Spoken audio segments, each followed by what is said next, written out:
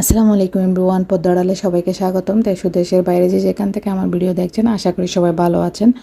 আলহামদুলিল্লাহ, আমরাও ভালো আছি। আজকের ভিডিওটা আমি বিকাল থেকে শুরু করেছি, প্রায় 4টার দিক থেকে আছরের নামাজ পড়ে আমি যে কাজগুলো একটার পর একটা করতে থাকি কন্টিনিউয়াসলি। কারণ যেহেতু বাচ্চাদের পড়াশোনা আছে, তারপর রাতের খাওয়া দাওয়া, সে সাথে ছোটো বাবুও আছে, সব কিছু একটার পর একটা গুছিয়ে নিতে হয় বাবু ঘুম থাকতে থাকতে। তো প্রথমে আমি ফিল্টারে পানিগুলো ঢেলে দিচ্ছি, যেহেতু সিদ্ধতে বসিয়ে দিব বাকিগুলা। তো একে একে দুটো ফিল্টারে পানি ঢেলে দিয়ে আমি এখন ডাকনাটা লাগিয়ে দিচ্ছি। তারপর এখন বিকালের জন্য নাস্তা বানিয়ে নেব সবার জন্য। আগে নাস্তার ডোটা রেডি করেছিলাম, আমি আজকে মালপোয়া বানাবো। আসলে এগুলো বানাতে না অনেক সময় লাগে না, বেশিক্ষণ, খেতেও অনেক মজা হয়, ঝটপটভাবে হয়ে যায়। দেখুন মাশাল্লাহ, অটোমেটিক্যালি নিজে নিজে ফুলে উঠতেছে উপরে, একদম ফুলকো ফুলকো হয়েছে, দেখতেও অনেক সুন্দর হয়েছে। বাচ্চারাও খেতে পছন্দ করে। আসলে ডিফারেন্ট ডিফারেন্ট নাস্তা বানালে আমার বাচ্চারা না অনেক খুশি হয়।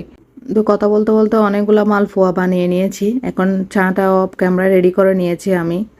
সবার এখন টেবিলে দিয়ে দিব নাস্তা করার জন্য, যেহেতু কারো টিচার আসবে, কেউ পড়তে বসবে। সাথে বিস্কিটও দিয়ে দিচ্ছি, যার যেটা ইচ্ছে সেটা খেয়ে নেবে। বাচ্চারা না নাস্তা বানালে অনেক সময় ওদের পছন্দেরগুলো বানালে খেতে চায়, একটু কম পছন্দ হয় তাহলে একটা দুটা খেয়ে আর খেতে চায় না।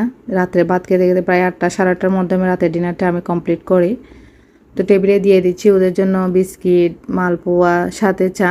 টেবিলে নিয়ে এসেছি, এখন সবাই বসে একসাথে নাস্তা করে নেব।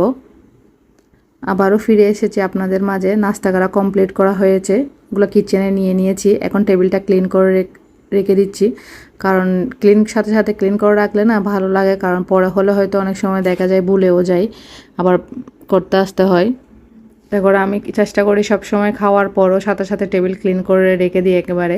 আসলে মায়েদের কাজের কোনো শেষ থাকে না, একটার পর একটা চলতে থাকে। চা নাস্তা খাওয়ার পর দেখেন বেসিনে কতগুলো জমে গেছে ধোবার জন্য।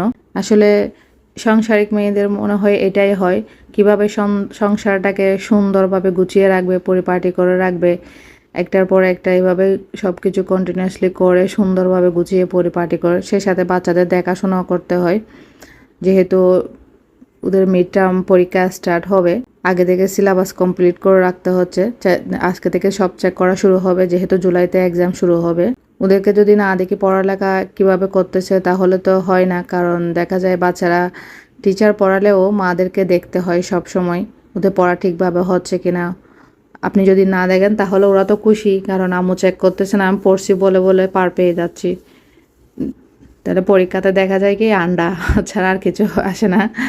এজন্য শত কাজের ব্যস্ততার মাঝেও ওদেরকে পড়ালেখাগুলো চেক করি, ডেলি ডেলি হোমওয়ার্কগুলা, তারপর সিলেবাস কমপ্লিট হয়েছে কিনা সবগুলো চেক করি। সময় দিই 2-1 ঘন্টা ওদেরকে। তো কথা বলতে বলতে আমার বিকালের নাস্তার সব কাপ প্লেট সব ধোয়া হয়ে গেছে, সেই সাথে বেসিনটাও ভালো করে ক্লিন করে নিচ্ছি। আসলে বেসিনটা মনে হয় দিনের বোধহয় 3-4 বারও ক্লিন করা হয়। এভাবে বেসিন ক্লিন করে রাখলে না কিচেন গোছানো পরিপাটি থাকলে কিচেনে আসলেই না মনটা ভালো হয়ে যায় একদম। আমি আবার কিচেনে বেশিক্ষণ সময় কাটাতে পারি না, যতক্ষণ রান্নার কাজ থেকে দুবার কাজ থাকে ততক্ষণই, এরপরে আর কিচেনে আসা হয় না তেমন একটা। তো কিচেনের কাজ কমপ্লিট হয়ে গেছে, এখন একটু বাইরে যাব আমার ছেলেকে নিয়ে আসতে, যেহেতু টিচার আসবে। ও খেলতে গেছিলো 2-1 ঘন্টার জন্য ক্লাব বুকিং করে পরশুনে। এটা হচ্ছে আবাসিকের ভিতরেই পড়েছে পরশুনটা, ওখানে ঘন্টা হিসাবে টাকা নেই। তো সবাই মিলে খেলতেছে, ওখানে গেছিলো। তো এখন নিয়ে আসতে যাচ্ছিলাম ওকে, যেহেতু টিচার আসবে পড়তে হবে। নাস্তা গোসল সেরে নাস্তা করে নেবে। আসলে বাচ্চাদের না কিছু কিছু সময় খেলতেও দিতে হয়, তাহলে মাইন্ডও ফ্রেশ হয়, পড়ালেখায়ও মন বসে। যেহেতু কোথাও যাওয়া হয় না তেমন একটা বাসায়, সে সাথে মেয়েদেরকেও নিয়ে গিয়েছিলাম। আমি চলো আমরাও ঘুরে আসি একটু বাইরে হেঁটে। সবাই মিলে ফুচকা খাওয়া, দেখতেছি ফুচকার স্টল বন্ধ। তো সবাই মিলে আইসক্রিম খেয়ে নিয়েছিলাম একসাথে। তো আজকের ভিডিওটা এইটুকুই। যদি ভালো লাগে একটা লাইক দিবেন এবং সাবস্ক্রাইব করবেন, বেল বাটন অন করে রাখবেন, পরবর্তী ভিডিও দেওয়ার সাথে সাথে যেন নোটিফিকেশন পৌঁছে যায়। সবাই ভালো থাকবেন, আল্লাহ হাফেজ।